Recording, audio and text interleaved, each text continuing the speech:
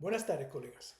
Vamos a seguir analizando los equipos de gran nivel mundial, pero cambiando un poco la dirección del análisis.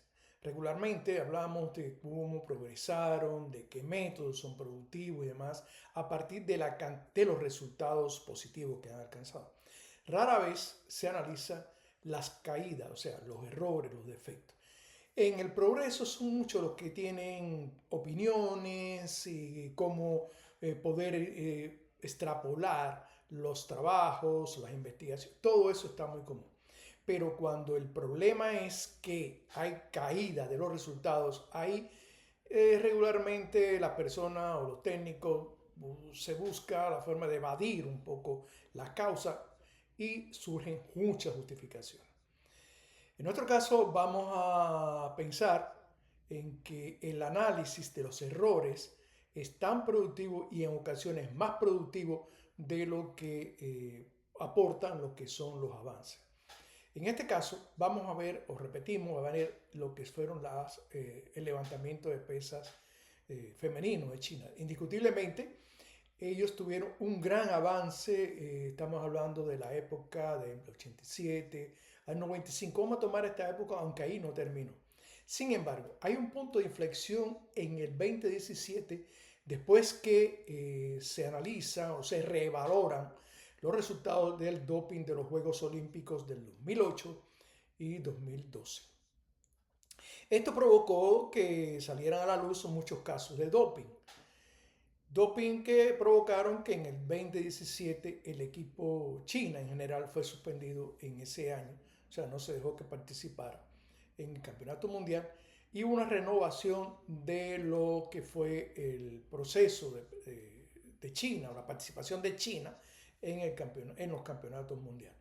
Vemos que a partir de ahí ya la potencia china empieza a más o menos diluirse, o sea, que hay un cambio muy brusco de la cantidad de medallas de oro alcanzadas en mundiales de la época de los 90, incluso los primeros años del 2000, con lo que fueron ya 2018, 2019, 2022.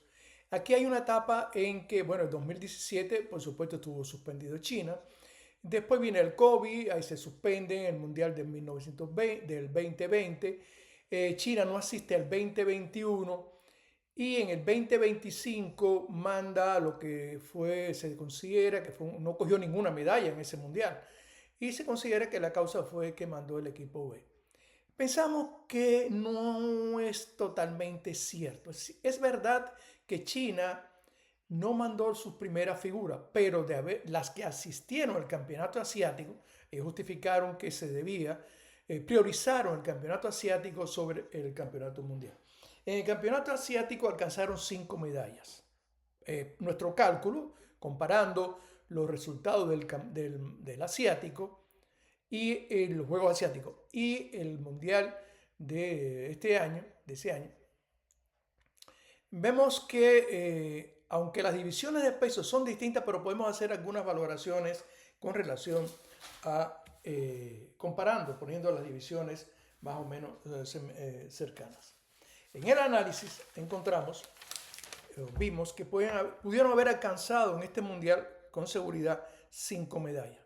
De las 5 medallas, 2 de oro. ¿En qué divisiones? En los 77, en lo que fue en el mundial, en el 77 y en la división de los más de 86. Fue una plata en los 64 y bronce en los 55 y los 86 kilogramos. Es decir que tampoco había sido una super actuación en este mundial. ¿Cuál es la causa o que nosotros pensamos que puede estar vinculado con esto? Por supuesto, el factor que cambió bruscamente fue el doping. La persecución a los atletas en general y en particular a los chinos como a los rusos es un poco más exigente. Pensamos a partir de los sustancias doping que China se valoraba más o se concentraba más realizar ese gran volumen de la carga sobre la base de los procesos del anabolismo. Esos son los productos que consumieron, que se detectaron, influyen básicamente en el anabolismo. Esta experiencia pensamos que también sucedió en los primeros años que empezaron a trabajar con el doping los rusos, los soviéticos en aquel caso, ya que interesaban buscar más la recuperación de cómo hacer el catabolismo, o sea, el proceso de entrenamiento para luego acortar o recuperar el volumen ese de la carga a partir de las mejoras o la ayuda en el proceso del anabolismo. Los rusos llegaron a partir de ahí, llegaron a la conclusión de que el problema era pasar no solo a que se realizara un gran volumen, sino a la distribución mucho más eficiente en que fue la zona de intensidad. Y aquí surgió lo que fue el entrenamiento óptimo. O sea que no piensa ya el volumen, pero ese gran volumen, pero cómo distribuirlo en mayor o menor grado por las distintas zonas de intensidad, a partir de las características de cada zona de intensidad, y se intensificaron mucho los métodos de cómo mejorar, además, la recuperación sin tener en consideración todas estas, o sin emplear todo este tipo de mecanismos complejos que tienen que ver con el anabolismo a partir de productos farmacéuticos. De ahí surgieron métodos para aumentar la cantidad o la incorporación de la fibra rápida. Surgen con una gran importancia lo que son las propiedades físicas de los músculos, métodos y sistemas que un poco después se dejaron de darle la atención o el seguimiento que era importante o que era necesario, y recrudecieron el problema del doping.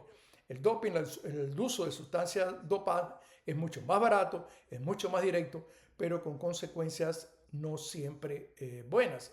Incluso no solo el problema del esteroide, aplicando solamente esteroides anabolizantes, se garantiza un buen resultado a nivel mundial. Surge aquí la hipótesis. Bueno, bajo estas circunstancias, ¿qué es lo prudente? ¿Bajar el volumen de la carga? No, pensamos que eso es erróneo. Pensamos que mantener un gran volumen de la carga, pero buscar que sea mucho más eficientemente utilizado. Y en ello influyen muchos mecanismos de adaptación del organismo y facilidades que le podemos dar. Muchas gracias.